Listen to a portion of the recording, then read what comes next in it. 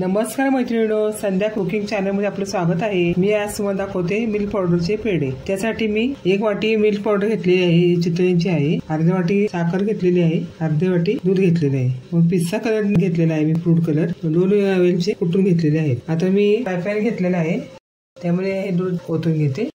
दूध गरम करून घेतलेले रूम टेम्परेचर मध्ये। आता यात हे साखर जाड घेतली, ते साखर पकवून घेते। आता ही मिल्क पावडर यामध्ये टाकते। आता मिक्स करून घ्यायचं सगळं।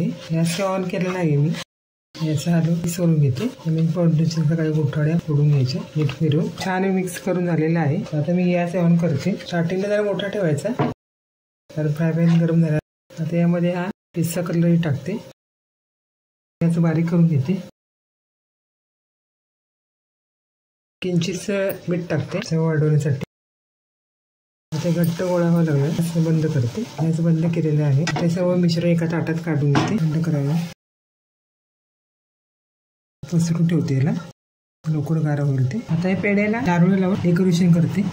थोडं हलक्या हाताने थोडं दाबायचं याला, म्हणजे आतमध्ये घुसतं पेढ्यामध्ये। या पद्धतीने माझ्यासारखे तुम्ही असे मिल्क पावडरचे पेढे बनवा, असे त्याला डेकोरेशन करून सर्व करा। थोडं तेलाचा हात घेतला आणि त्याला मळून घेतलं थोडंसं पीठ, आणि मग असे गोल पेढे बनवून टाकले आणि या पद्धतीने सर्व करायचे। असे तुम्ही माझ्या पद्धतीने बनवा मिल्क पावडरचे पेढे, आता घरच्या घरी सहज होतात, तुम्ही करू शकता। फक्त दिसताना गॅस एकदम बारीक ठेवायचा व सतत हलवत राहायचं, जे जळणार नाही मिल्क पावडर।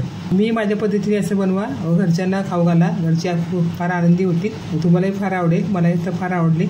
संध्या कुकिंग चॅनलला लाईक करा, शेअर करा, सबस्क्राईब करा, ऑल ऑप्शनचं बटन दाबा। काय कमेंट असेल ते कमेंट करा। पुन्हा नवीन व्हिडिओमध्ये भेटूया, बाय।